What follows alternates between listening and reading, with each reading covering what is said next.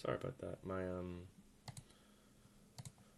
screen recording app just kind of died on me. But as I said, in the end, news is just a business, and a business always just wants more and more money, and therefore it causes mass media to stretch the truth a lot in order to get more views and more revenue.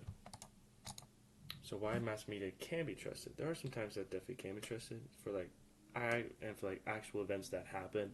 For example, like a lot of the shootings and such that have happened, those will obviously be recorded and represented accurately, because after all, like, it was on the news and like on people's phones and such like that. So like people know what happened, and they need to know what, like, other people need to know what happened.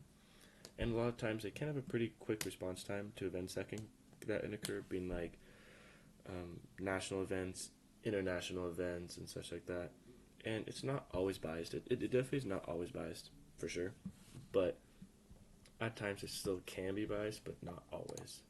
So in my opinion, what needs to be done is they just need to end the bias in the news. And this is something that it I don't believe it could ever happen, because just naturally people will always have a bias towards one side, and it'll just always stay there. But it is possible to lower the amount of biases, and like whenever they like show something, they could be like, oh, let's have two different views of like, for like a left leaning person and a right leaning person both read it, and as long as they like agree upon it, then maybe you could show it. Something like that could really help.